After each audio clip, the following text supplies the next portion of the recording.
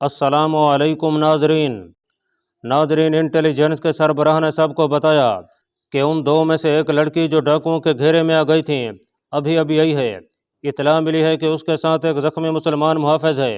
आलम जासूस सबसे पहले कमरे से निकल गया, उसके पीछे दूसरे लोग भी चले गए। हदीद को लड़की ने बरामदे में लिटा दिया था और ख़ुद उसके पास बैठी थी। घोड़े की इतनी लंबी सवारी और तेज़ रफ्तारी ने हदीद के ज़ख्म खोल दिए थे। उसका खून जो सुबह बंद हो गया था फिर बहने लगा था और उस पर गशी तारी हुई जा रही थी। सलेबी कमांडरों ने हदीद की तरफ कोई तवज्जो न दी, क्योंकि उन्हें बताया गया था कि डाकुओं का हमला एक ढोंग था। उन्होंने लड़की को हाथों हाथ लिया और उसे अंदर चलने को कहा। वो बड़ी कीमती लड़की थी, लेकिन उसने उस वक्त तक अंदर जाने का इरादा मुलतवी कर दिया जब तक हदीद की मरहम पट्टी नहीं हो जाती। इंटेलिजेंस का सरबराह हरमन नाम का जर्मन था। उसने लड़की को परे ले जाकर कहा, किस सांप के बच्चे की तुम मरहम पट्टी कराना चाहती हो? यह तो तुम्हारी किस्मत अच्छी थी कि बच कर आ गई हो, वरना ये दरिंदे तुम्हें उन वशियों के हवाले करना चाहते थे जो डाकू बनकर आए थे। यह झूठ है, लड़की ने झिंझला कर कहा। पहले हमें भी यही शक था, लेकिन इस शख्स ने मेरे सारे शकूक रफा कर दिए हैं। इसने दो डाकुओं को हलाक करके मुझे बचाया है।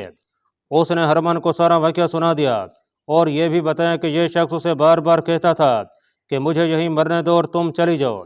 सलेबियों के दिलों में मुसलमानों के खिलाफ नफरत इतनी गहरी उतरी हुई थी कि इतने ज़्यादा अफसरों में से किसी एक ने भी नहीं कहा कि इस जख्मी की मरहम पट्टी करो। आलम जासूस तक ने उसकी तरफ कोई तवज्जो ना दी। लड़की उनके साथ अंदर नहीं जा रही थी। आखिर किसी ने कहा कि जख्मी को कमरे में ले चलो और फौरन मरहम पट्टी करो। उसे उठवा कर ले गए और लड़की अपने अफसरों के साथ चली गई। उसे कहा गया कि वो बयान करे कि किस तरह जिंदा बची है। उसने पूरी तफसील से सुना दिया। इस दौरान उसका वहीं खाना और शराब आ गई। उसने कहा, अगर जख्मी को खाना खिलाया जा चुका है तो मैं खाऊंगी, मैं ज़रा उसे देखूं। वो जाने के लिए उठी। ठहरो लोजीना, हरमन ने उसे बड़े रौब से कहा, तुम दूसरी बार सलीब की फ़ौज के अहकामात की खिलाफ वर्जी कर रही हो। पहले तुम्हें अंदर चलने को कहा गया तो तुमने ये कहकर इनकार कर दिया कि पहले जख्मी को उठाओ। अब तो बिला इजाज़त और बदतमीज़ी से जा रही हो। ये सब सलेबी फ़ौज के आला हुक्काम हैं और यहाँ दो सलीबी हुक्मरान भी बैठे हैं। जानती हो इस हुक्म अदौली और बदतमीज़ी की सज़ा क्या है? 10 साल सज़ाए कैद।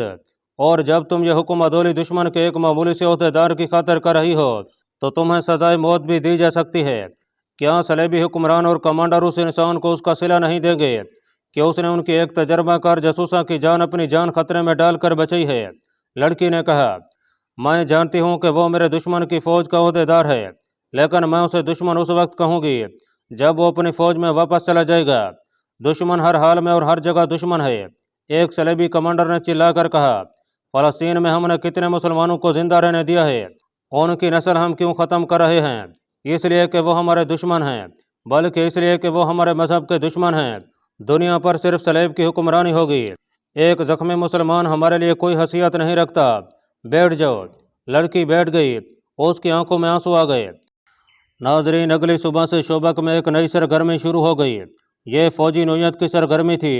शोबक के शहर के लोग इस सरगर्मी से बेनियाज अपने काम काज में मसरूफ़ होते जा रहे थे। कल से फौजें निकल रही थीं, सामान भी इधर उधर किया जा रहा था। बाहर से आने वाली फौज की अर्जी खेमागाह के लिए जगह खाली की जा रही थी। रसद इकट्ठी करने के लिए ऊँटों की कतारें आ रही थीं। फौजी हेडक्वार्टर में भी भाग दौड़ थी।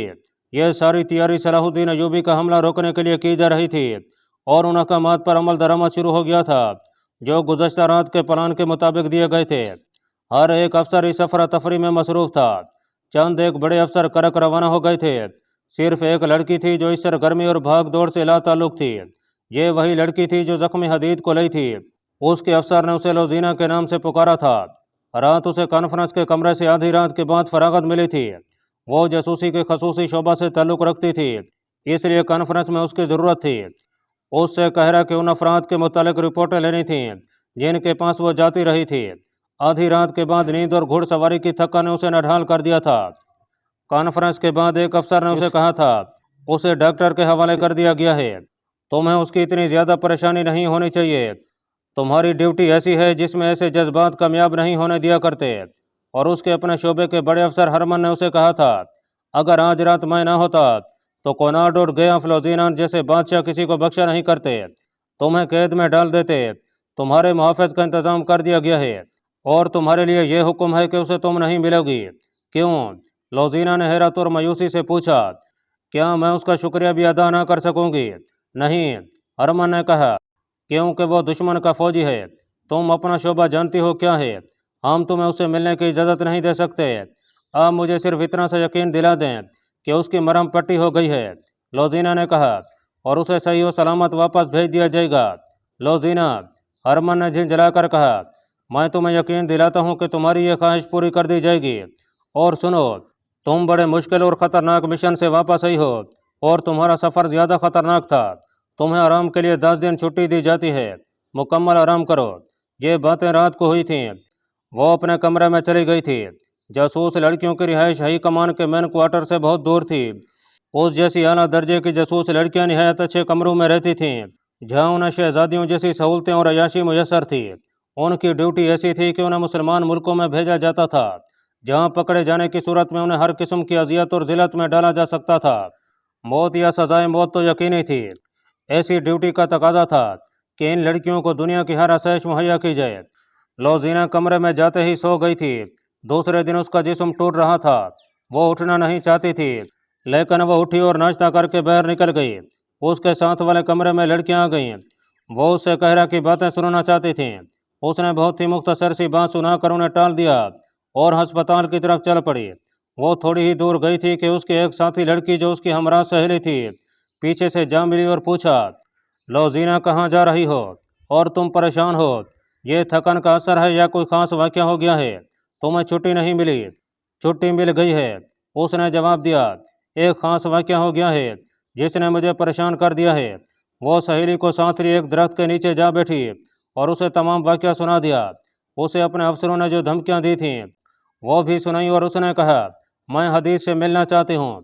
मुझे डर है कि उसकी मरहम पट्टी नहीं हुई और शहर से निकाल दिया गया है या उसे मरने के लिए किसी कोठड़ी में बंद कर दिया गया है। तुमने बताया है कि तुम्हें उससे मिलने से मना कर दिया गया है। सहेली ने उसे मशवरा दिया, ये खतरा मोल ना लो। तुम अगर पकड़ी गई तो जानती हो कि क्या सज़ा है। उस शख्स के लिए मैं सज़ाए मौत भी कबूल कर लूँगी। लौज़ीना ने कहा, मैं तुम्हें सुना चुकी हूँ कि उसने मेरी खातिर अपनी जान खतरे में डाली है। उसने मेरी इज्जत की खातिर अपनी जान की बाजी लगा दी थी। डाकू ने कहा भी था कि लड़कियां हमें दे दो और चले जाओ। वो ये भी जानता था कि मैं पाकबाज लड़की नहीं, मगर उसने मुझे अमानत समझा। तुम उसके लिए जज्बाती हो गई हो। हाँ, लौज़ीना ने जवाब दिया, मैं जज्बात का इजहार हरमन के आगे नहीं कर सकती थी। अपना दिल तुम्हारे आगे रख सकती हूँ। तुम मेरी सहेली और औरत का दिल रखती हो। हमारी ज़िंदगी क्या है? हमारा जिस्म मर्द की तफरीह और फ़रेब के लिए इस्तेमाल होता है। मुझ में इतनी तकरीब कारी डाली गई है कि जाबर हुक्मरानों को भी उंगलियों पर नचा सकती हूँ, मगर डाकुओं ने मुझे बिकने वाली चीज़ बना दिया था। उस आदमी जिसका नाम हदीद है, उसने मुझे नज़रअंदाज किया।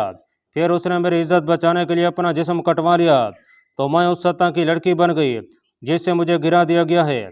मुझे सलाहुद्दीन अयूबी की बात याद आई। उसने मुझे कहा था कि तुम किसी बाइज्जत आदमी के साथ शादी क्यों नहीं कर लेती। मैंने दिल में कहा था कि यह मुसलमान अहमक है। मैं अब महसूस कर रही हूँ कि हमारे दुश्मन ने कितनी अजीम बात कही थी। मैं तुम्हें साफ बता देती हूँ कि मैं अब जासूसी नहीं कर सकूंगी। मेरे दिमाग में बचपन से जो सबक डाले गए थे, वो सहरा की खौफनाक रात ने, डाकुओं के खतरे ने और हदीद के खून की बू ने झैल कर दिए हैं। तुम इतनी लंबी बात ना करती तो भी मैं जान गई थी कि तुम क्या महसूस कर रही हो, उसकी सहेली ने कहा। लेकिन मैं हकीकत से आगाह करना ज़रूरी समझती हूँ। उसे चले जाना है, तुम उसके साथ नहीं जा सकोगी। वो अगर यहाँ तकलीफ में है तो हुक्म है कि तुम उसे नहीं मिल सकती। अगर पकड़ी गई तो अपने साथ उसे भी मरवाओगी। तो तुम मेरी मदद करो। लौज़ीना ने मिन्नत की, ये मालूम करो कि वो कहाँ है। मुझे सिर्फ ये मालूम हो जाए कि वो ठीक हो गया है और तंदुरुस्ती की हालत में चला गया है तो मेरे दिल को चैन आ जाएगा।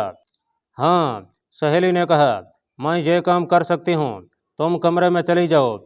वो कमरे में चली गई और उसकी सहेली किसी और तरफ निकल गई।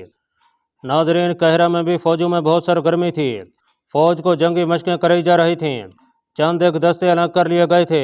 उन्हें शबखून मारने, थोड़ी तादाद में दुश्मन की कई गुना नफरी पर हमला करने और ज़रब लगाओ और भागों की मशकें इस तरह कराई जा रही थीं कि रात को भी दस्ते छावनी से बाहर रहते थे। सुल्तान अयूबी ज़ाती तौर पर यह मशकें देखता था। वो तीसरे चौथे रोज़ आला कमांडरों और दस्तों के कमानदारों तक को लेक्चर देता اور انہیں نقشوں اور خاکوں کی مدد سے جنگی چالیں سکھاتا تھا۔ اس نے اس ٹریننگ کا بنیادی اصول یہ رکھا تھا: کم تعداد سے دشمن کا زیادہ نقصان کرنا، ہتھیار سے زیادہ عقل کو استعمال کرنا، آمنے سامنے کے معرکے سے گریز کرنا، سامنے سے حملہ نہ کرنا، 10-12 آدمیوں کے شب خون سے اتنا نقصان کرنا جتنا 100 آدمی دن کے وقت 2 بدوں معرکے میں کر سکتے ہیں۔ اس کے علاوہ دشمن کے کسی قلعے یا شہر کو لمبے محاصرے میں رکھنے کے طریقے بتاتا اور قلعوں کی دیواروں میں نقب لگانے کے سبق دیتا تھا۔ اس نے تمام اونٹوں، گھوڑوں اور خچروں کا معائنہ کر لیا تھا۔ کمزور یا عمر خور جانوروں کو اس نے الگ کر دیا تھا۔ حملے کی تاریخ طے ہو چکی تھی۔ سلطان ایوبی نے فلسطین کی فتح کا جو منصوبہ بنایا تھا اس کے پہلے مرحلے میں کامیابی سے داخل ہونے کی تیاری زور و شور سے کر رہا تھا۔ ادھر اسے راستے میں ہی روکنے کے اہتمام ہو رہے تھے۔ دونوں فوجوں کی تیاریاں ایسی تھیں جیسے ایک دوسرے کو ہمیشہ کے لیے ختم کر دیں گے۔ صلیبیوں کی تیاری کا دائرہ شوبک سے کرک تک اور مصر کی سرحدوں تک تھا۔ وہ اس وسیع دائرے کو سلطان ایوبی کے لیے ایسا پھندا بنا رہے تھے جس میں سے اس کے لیے ساری عمر نکلنے کا کوئی امکان نظر نہ آتا تھا۔ ان کی تیاریاں سلطان ایوبی کے اس منصوبے کی اس روشنی میں ہو رہی تھیں جو ان تک قبل از وقت پہنچ گیا تھا۔ ان وسیع تیاریوں کے اندر شوبک میں ایک سرگرمی اور بھی تھی جس کا تعلق جنگ سے نہیں جذبات سے تھا، اور یہ ایک خفیہ سرگرمی تھی۔ لوزینہ اپنے کمرے میں پڑی حدید کے لیے بے قرار ہو رہی تھی اور اس کی سہیلی 2 روز سے حدید کو ڈھونڈ رہی تھی۔ وہ افسروں کے ہسپتال میں بھی نہیں تھا اور سپاہیوں کے ہسپتال میں بھی نہیں تھا۔ وہ جاسوس لڑکی تھی۔ بڑے بڑے افسر بھی اس کی عزت کرتے تھے۔ لوزینہ کو اور ہر جاسوس لڑکی کو وہاں اہمیت حاصل تھی۔ اس کے باوجود یہ سہیلی جس سے بھی پوچھتی کہ لوزینہ کے ساتھ جو زخمی مسلمان آیا تھا وہ کہاں ہے تو اسے یہی ایک جواب ملتا: میں نے تو اسے نہیں دیکھا۔ تیسرے دن ایک افسر نے اسے رازداری سے بتایا کہ اس کی مرہم پٹی کر دی گئی تھی اور اسے مسلمانوں کے کیمپ میں بھیج دیا گیا تھا۔ سہیلی نے جب یہ خبر لوزینہ کو سنائی تو اس پر سخت طاری ہو گیا۔ مسلمانوں کا کیمپ ایک خوفناک جگہ تھی۔ اس میں پہلی جنگوں کے مسلمان قیدی بھی تھے اور وہ مسلمان بچے بھی جنہیں کسی جرم کے بغیر صلیبیوں نے اپنے مقبوضہ علاقے سے پکڑا تھا۔ یہ مسلمان زیادہ تر ان قافلوں میں سے پکڑے جاتے تھے جنہیں صلیبی لوٹتے تھے۔ یہ کیمپ قید خانہ نہیں تھا، یہ جنگی قیدی کیمپ کہلاتا تھا۔ یہ ایک بیگار کیمپ تھا جس پر کوئی ایسا کڑا پہرا نہ تھا جیسا قید خانوں میں ہوتا ہے۔ ان بد نصیب قیدیوں کا کوئی باقاعدہ ریکارڈ بھی نہ تھا۔ یہ لوگ مویشی بنا دیے گئے تھے۔ جہاں ضرورت ہوتی ان میں سے بہت سے آدمی ہانک کر لے جائے جاتے اور ان سے کام لیا جاتا تھا۔ انہیں خوراک صرف اتنی سی دی جاتی تھی جس سے وہ زندہ رہ سکتے تھے۔ وہ خیموں میں رہتے تھے۔ ان میں جو بیمار پڑ جاتا اس کا علاج اسی صورت میں کیا جاتا تھا کہ بیماری معمولی ہو۔ اگر بیماری فوراً زور پکڑ لے تو اسے زہر دے کر مار دیا جاتا تھا۔ یہ مسلمانوں کا ایک گروہ تھا جو صرف اس جرم کی سزا بھگت رہے تھے کہ وہ مسلمان ہیں۔ سلطان ایوبی کو اس کے جاسوسوں نے اس بیکار کیمپ کے متعلق خبریں دے رکھی تھیں۔ حدید کو بھی کیمپ میں بھیج دیا گیا تھا۔ لوزینہ کے لیے حکم تھا کہ اسے نہ ملے۔ ہرمن کو شک ہو گیا تھا کہ یہ ایک جذباتی وابستگی ہے، لیکن لوزینہ نے اس حکم کو قبول نہیں کیا تھا۔ اس نے جب سنا کہ حدید مسلمانوں کے کیمپ میں ہے تو اس نے سہیلی سے کہا کہ وہ اسے آزاد کرے گی۔ سہیلی نے اس کی جذباتی حالت دیکھ کر مدد کا وعدہ کیا اور دونوں نے پلان بنا لیا۔ وہ اسی شہر میں گئی اور ایک پرائیویٹ ڈاکٹر سے ملی۔ اسے کہا کہ وہ ایک زخمی کو لا رہی ہے جس کا علاج اسے اس شرط پر کرنا پڑے گا کہ اس کے متعلق کسی کو کچھ نہ بتائے۔ ڈاکٹر نے اس رازداری کی وجہ پوچھی تو لوزینہ نے کہا کہ وہ ایک غریب سا مسلمان ہے جس نے میرے خاندان کی بہت خدمت کی ہے۔ وہ کہیں لڑائی جھگڑے میں زخمی ہو گیا ہے، اس کے پلے کچھ بھی نہیں، اس لیے کوئی ڈاکٹر اس کا علاج نہیں کرتا۔ چونکہ یہاں تمام ڈاکٹر عیسائی ہیں اس لیے وہ کسی مسلمان کا علاج بلا اجرت نہیں کرتے۔ رازداری کی دوسری وجہ یہ ہے کہ اگر شہر کے منتظم تک یہ خبر پہنچ گئی کہ ان مسلمانوں میں لڑائی جھگڑا ہوا ہے تو وہ اسی کو بہانہ بنا کر انہیں مسلمانوں کے کیمپ میں بھیج دے گا۔ انہیں تو بہانہ چاہیے۔ میں اس آدمی کو اس خدمت اور احسان کا صلہ دینا چاہتی ہوں جو اس نے میرے خاندان کے لیے کیا ہے۔ میں اسے رات کے وقت لاؤں گی۔ آپ کتنی اجرت لیں گے؟ میں رازداری کی بھی اجرت دوں گی۔ آپ جو قیمت مانگیں گے دوں گی۔ میرا کام کر دیں۔ ڈاکٹر نے خطرہ قبول کر لیا اور کہا کہ اسے لے آؤ۔ اس مہم کا سب سے زیادہ نازک اور پرخطر مسئلہ تو یہ تھا کہ حدید کو کیمپ سے نکالا کس طرح جائے۔ رات کو وہاں پیرا برائے نام ہوتا تھا۔ ان قیدیوں میں بھاگنے کی سکت ہی نہیں تھی۔ صبح سورج نکلنے سے پہلے انہیں مشقت پر لگایا جاتا اور سورج غروب ہونے کے بعد کیمپ میں لایا جاتا۔ ان کی تعداد 1500 کے لگ بھگ تھی۔ لوزینہ کی سہیلی نے کیمپ کے متعلق کچھ معلومات حاصل کر لیں जिनमें एक ये भी थी कि जख्मी और बीमार कैदियों को मामूली सी एक डिस्पेंसरी में हर रोज़ भेजा जाता है। उनके साथ सिर्फ एक पहरादार होता है। दूसरे दिन लोजीना अपनी सहेली के साथ वहां पहुंच गई जहां मरीज कैदियों को ले जाया जाता था। उसे ज़्यादा इंतज़ार न करना पड़ा। 25-30 मरीजों की एक पार्टी निहायत आहिस्ता आहिस्ता चलती आ रही थी और पहरादार हाथ में लाठी लिए उन्हें मवेशियों की तरह हाँकता ला रहा था। जो तेज नहीं चल सकते थे उन्हें वो लाठी से धकेल धकेल कर ला रहा था। दोनों लड़कियां आगे चली गईं।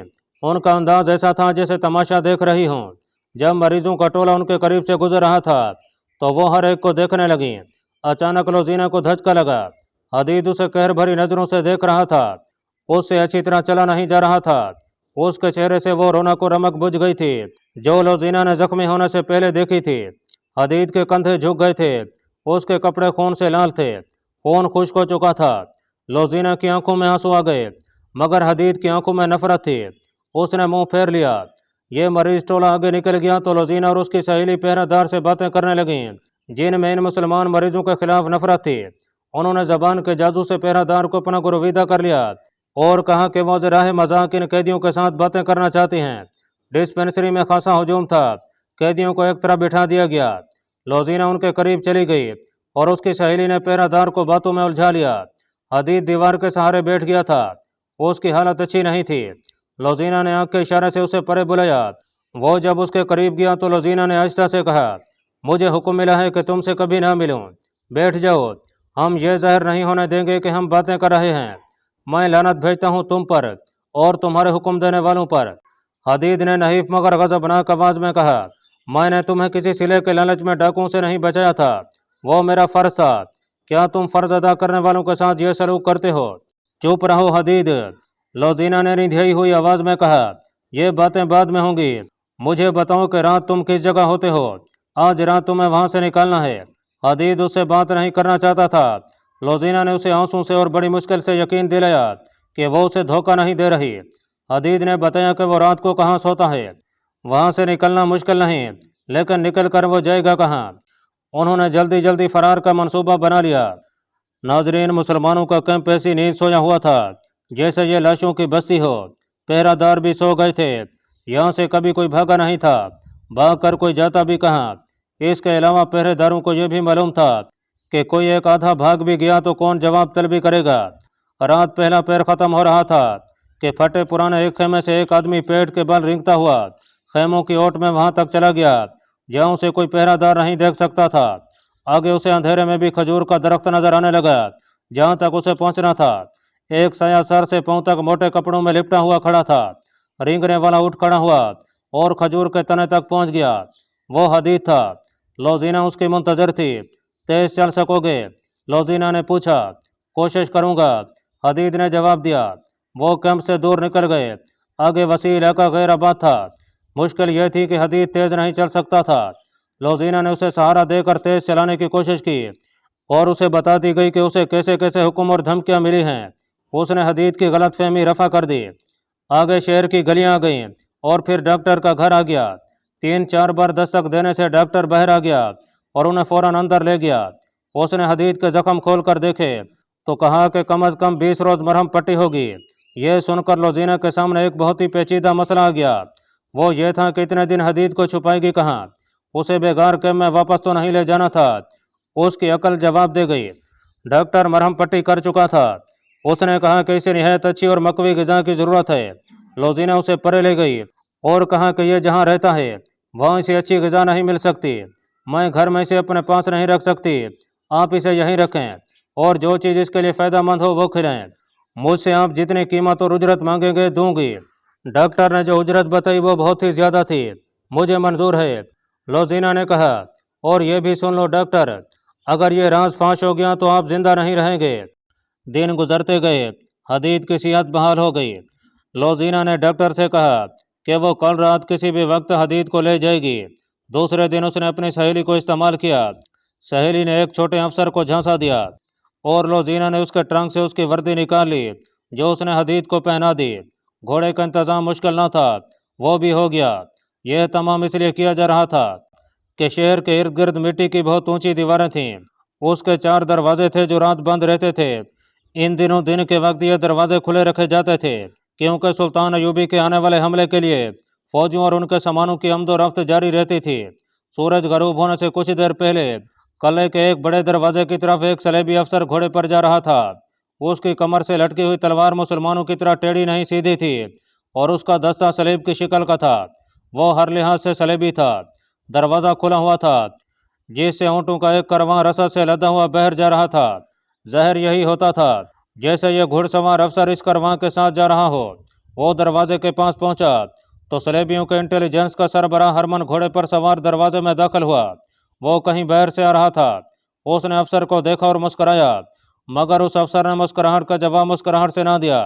हरमन चंद कदम अंदर को आया तो उसने घोड़ा रोक लिया। उसे 200-300 कदम दूर लोजीना खड़ी नजर आई। जिसने हरमन को देखा तो वहां से तेजी से अपने ठिकाने की तरफ चली गई। अली बिन सुफियान की तरह हरमन भी जासूस और सुराग रसा था। उसने फौरन घोड़ा दरवाजे की तरफ घुमाया और एड़ लगा दी। वो अपना शक रफा करना चाहता था। उसने घोड़े को एड़ लगाई तो घोड़ा दौड़ पड़ा। बाहर जाकर हरमन ने देखा कि जो अफसर उसके पास से गुजरा था वो इतनी दूर निकल गया था कि उसके ताक़ुब में जाना बेकार था। उस घुड़सवार ने दरवाजे से निकलते ही घोड़े को एड़ लगा दी थी। घोड़ा बहुत तेज रफ्तार था। हरमन उसे देखता रहा और सहरा की वसअत में गुम हो गया।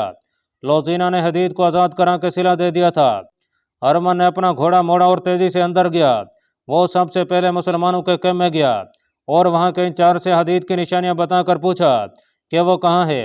कुछ पता ना चला। जिस कैमे में हदीद को रखा गया था वहां के रहने वालों ने बताया कि एक सुबह वो यहाँ से गायब था। वो समझे कि उसे इधर उधर कर दिया गया है। हरमन का शक यकीन में बदल गया। वो हदीद ही था जिसे उसने सलेबी फौज की वर्दी में दरवाजे से निकलते देखा था। वो मजीद तफ्तीश से पहले लोजीना के कमरे में गया। वो सर हाथों में थामे रो रही थी। अल्लाह पाक कमी बेशी माफ़ फरमाए। अल्लाह आपका हामी और नासिर हो, आमीन।